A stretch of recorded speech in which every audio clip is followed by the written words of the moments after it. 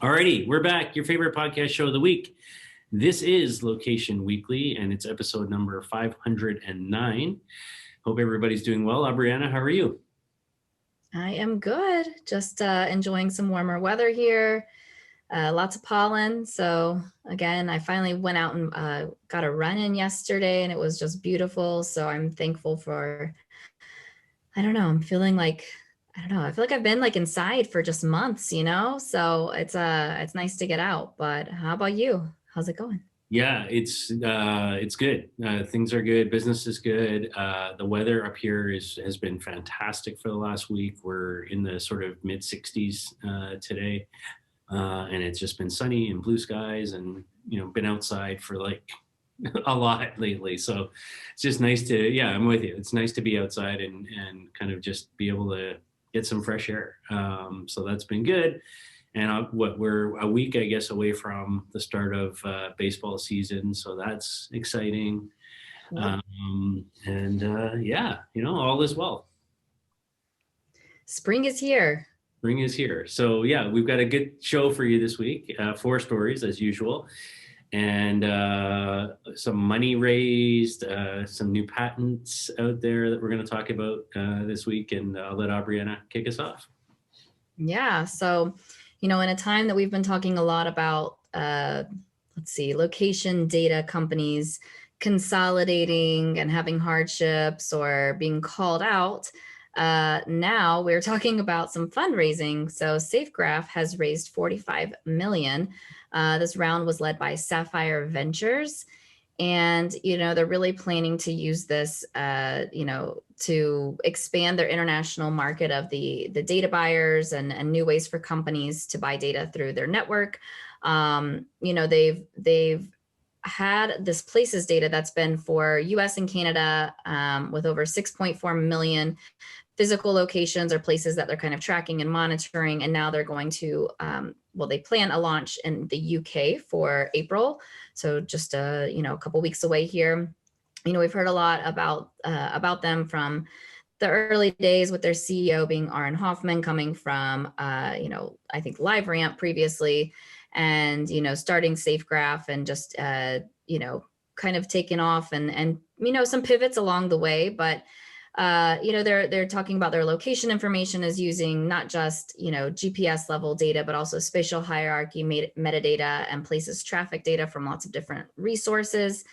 It's also interesting because the article talks about how the location data market or location intelligence market is expected to reach 32.8 billion by 2027. That was a Grand View research stat there.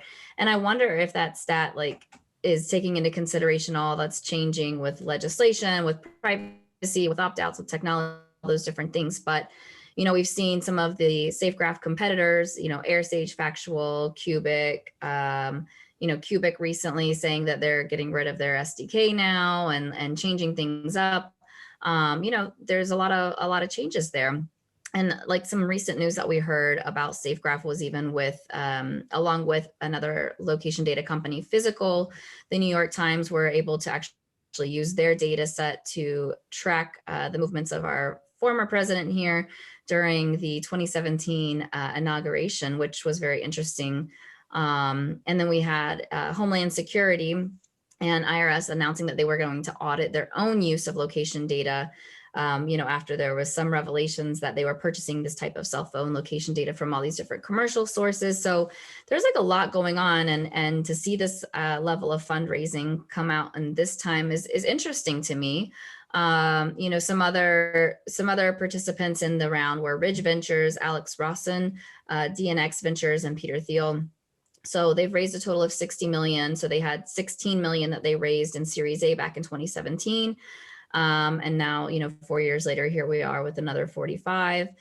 I mean, I don't know, this to me just makes me say, what's going on here? How viable is this location data going to be as we see more and more dwindle down, with the announcements from obviously Google that's been happening recently, but Apple that's happened a while ago. So I don't know. It's a very interesting announcement to me. It's more than just hey, there's fundraising happening, but it's it's kind of a mixture of like head scratching and hope. What do you think? Yeah, I mean, first of all, congratulations to Oren and the team over there. This is a big announcement, a big move for the industry. Yeah, I have to say I was a little bit surprised given the sort of the current climate around all the changes going on in the industry and the sort of pull back on the privacy side. You know, Apple's move coming shortly with the IDFA and Google and all of that that we've talked about a lot on the show in the last couple of months.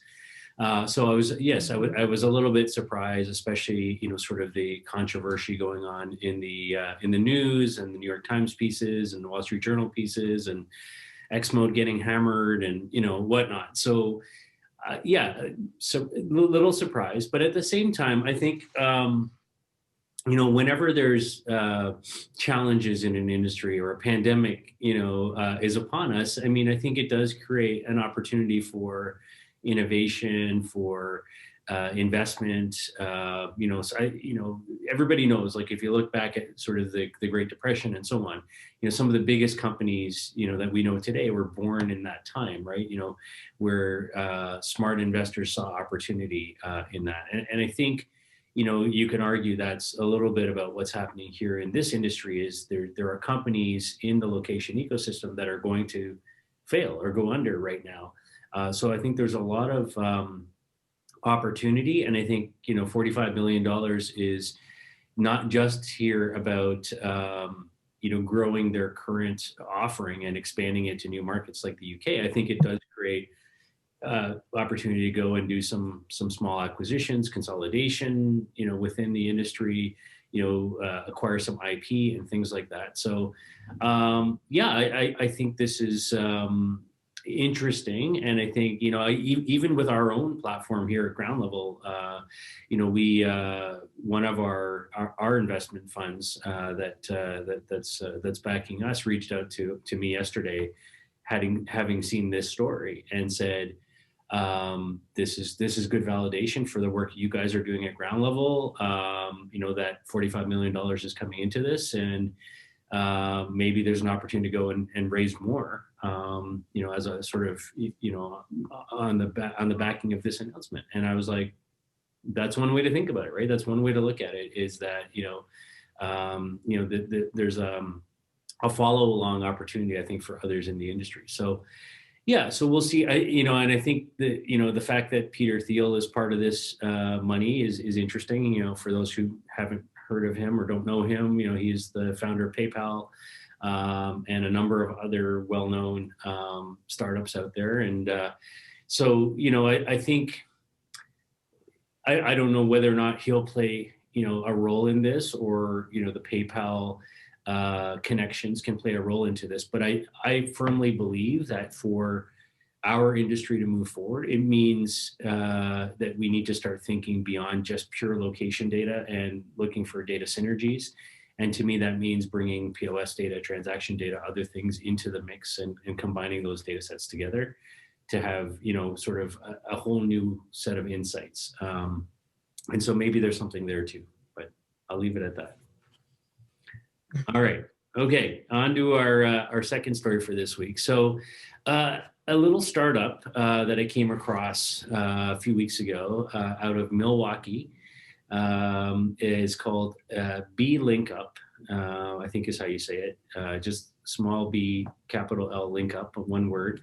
It's an app that is location based. They sort of compare it to Friends Nearby or Uber in terms of its functionality, to be able to see contacts on the platform who are nearby you. But what I really thought was interesting about it was this COVID piece that they've kind of built into it. So you can find restaurants and find people nearby, and it's kind of like, a social meetup type of get together around events or gatherings or things that are happening as we come out of this pandemic. But one of the interesting things that I found interesting anyways about it is that there's also a COVID ratings piece that's part of this. So essentially, if you go to a restaurant, you can give it a rating or 0 to 5 stars on how safe you felt in terms of the COVID precautions that this particular business has taken. So if you think about something like Yelp or those types of platforms that have ratings and reviews on the food or the ambiance or the serving staff or whatever else, think about now adding in a COVID safety rating to that. And I think it's interesting. It's definitely something that I could see, getting some traction at a local level in, say, in the Milwaukee area. I have a hard time thinking that this is a platform that can survive, wider than that, because at the end of the day, it's a feature, of a bigger platform. There's nothing stopping Yelp from going out and adding COVID ratings to what they do, or Google, for that matter. So that's the struggle I have with something like this. But I think it's cool that they've thought of it. I think it's cool that they're kind of trying to build something local to help people get out and about and moving and doing things again in their community. So I applaud that. Yeah, I totally agree with you. It seems like this should already be incorporated in Yelp or something similar. And it is just a feature, so it's not something that's like patented or anything that's really a special way of reporting or recording. And so I like that they thought of it, but again, like it's not necessarily something that is unique or proprietary to them, and somebody who has come along and implement that really quickly. And I do like the idea of understanding like how good you feel in a restaurant. I think especially here, I think that depending on where you are in the country or in the world, there's a certain level of care that's taken. And so like being here in the Southeast, it's very easy to see that it's, when you get to more of the center city of Atlanta, you're going to have like a lot more precautions that are taken. And then as you get towards the outskirts, people are just like less excited to participate in taking care of themselves, or participating in certain things like mask wearing or temperature taking or anything like that. But I like it. I think this is good. It's helpful for people who want to go somewhere and want to make sure that they're feeling comfortable while they're there, encouraging people to get back out and support these businesses that really need patrons to stay alive. It almost makes me think though, like because there's sometimes where I go and I'm like, oh, they're not even like wearing their mask right, or what, and I'm like, is that like a cancel culture thing though, where I'm like, oh, cancel that. Or is it just like, come on, just participate. But anyways, I think that it's a smart thought there. Yeah, for sure. Okay. All right. So big shout out to our friends over at Reveal Mobile. They have received or been awarded a US patent, which is actually pretty cool. I'm kind of excited about this one. So kudos to you, Brian and team. So they've been awarded this patent that enables companies to embed what they're calling a camouflaged and customized or synthetic data events and data points. So it's like this synthetic tag in essence that companies can put with their proprietary data sets, so that they could detect when their data has been used in ways that either maybe go against contractual agreements or is like resold, and different things are done with it.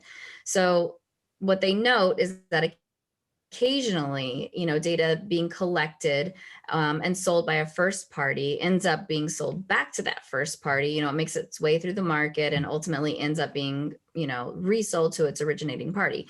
What's interesting here is like in my last role at Digital Envoy, we experienced this all the time, just being able to see that data is repackaged and resold, or it's bid stream data, or it's not, collected maybe in an ethical manner. And so like we had a lot of insight into that.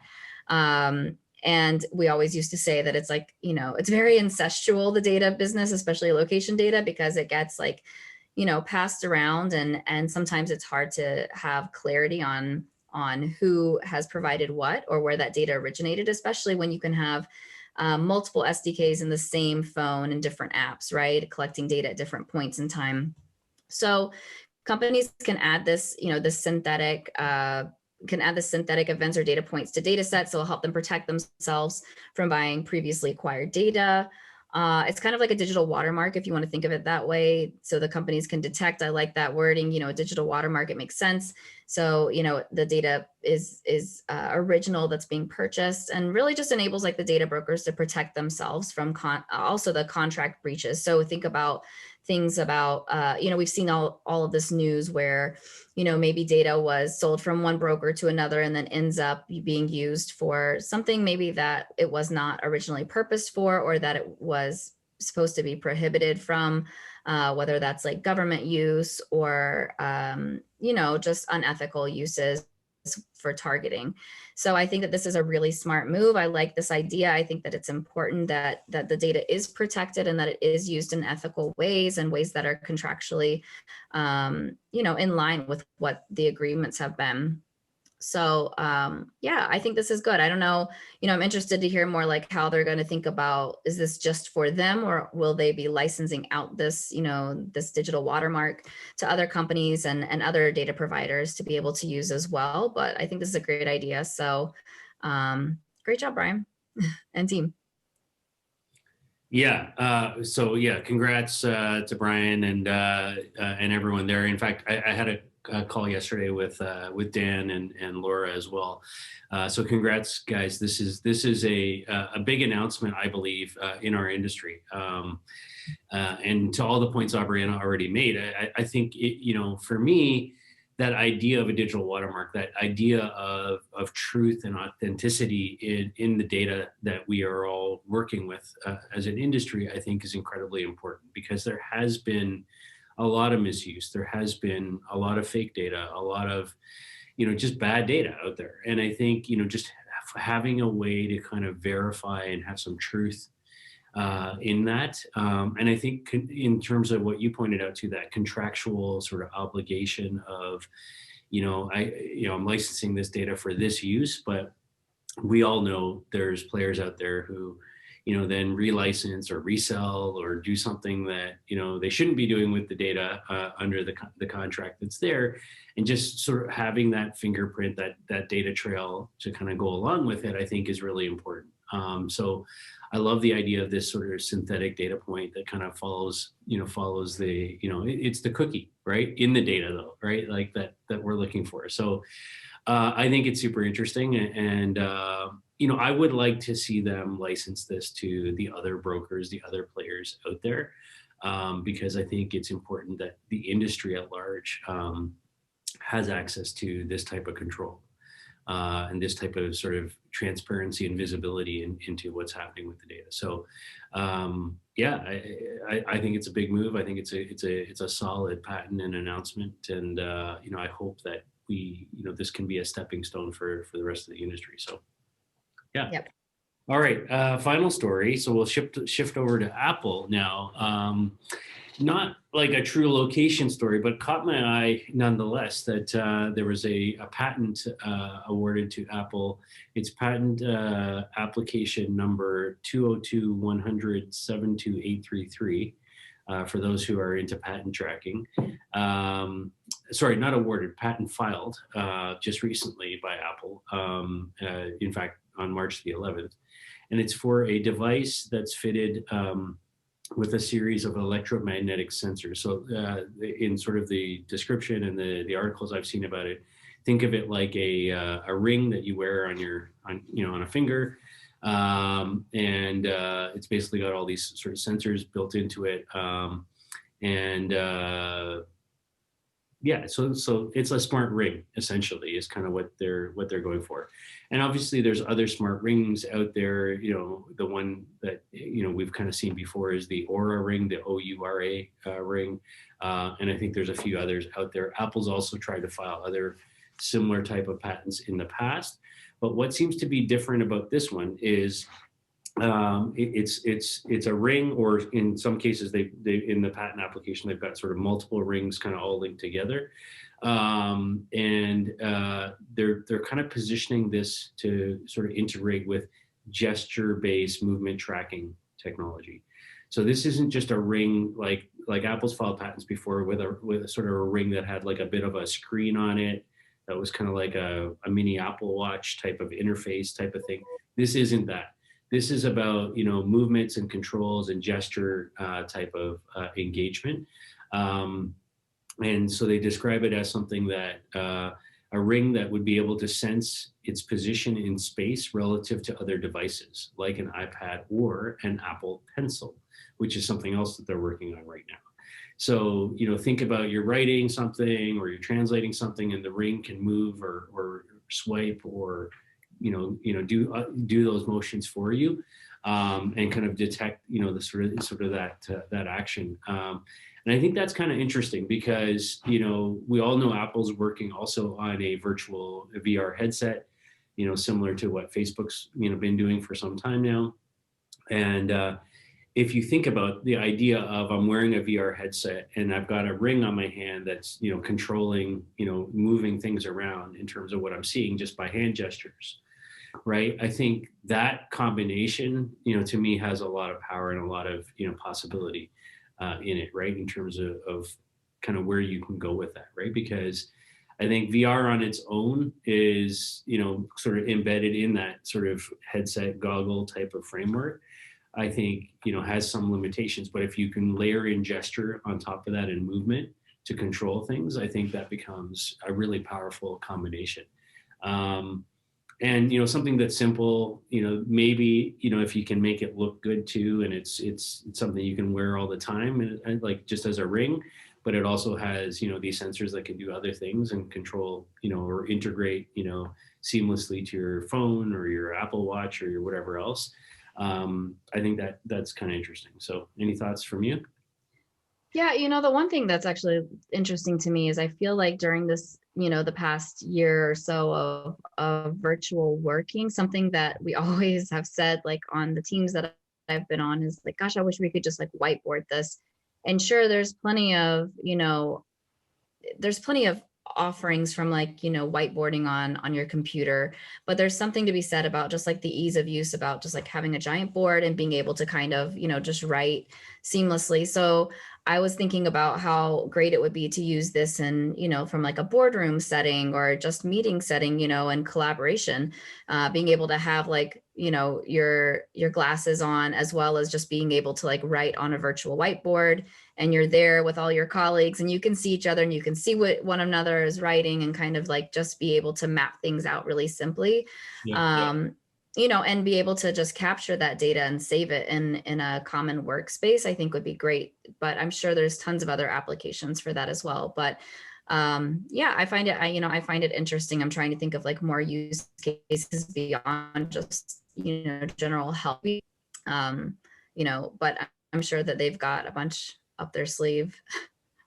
It's Apple. Yeah, they were saying in the patent application they showed like in one of the sort of figures or illustrations in the patent, an integration to an Apple Pencil. So if let's say you're holding this pencil and you've got the ring on that hand and you're kind of drawing or writing stuff or whatever, and having that automatically sort of digitally transmit that data to an iPad or something like to your laptop or whatever. I think that's super interesting too. So yep, I like it. I like it. We'll see. We'll be there soon, I'm sure. Knowing Apple. So that's it. That's our show for this week. 4 stories, a couple of patents, some money in there for Safegraph, and a wide array of stuff. So thank you for listening and watching, everybody. You've been listening to episode number 509 of Location Weekly. Of course, we'll be back next week with another show. If you have story ideas, reach out to us. Give us some love on social media or whichever platform you're consuming this on. And thank you, everybody. Have a great week. Bye.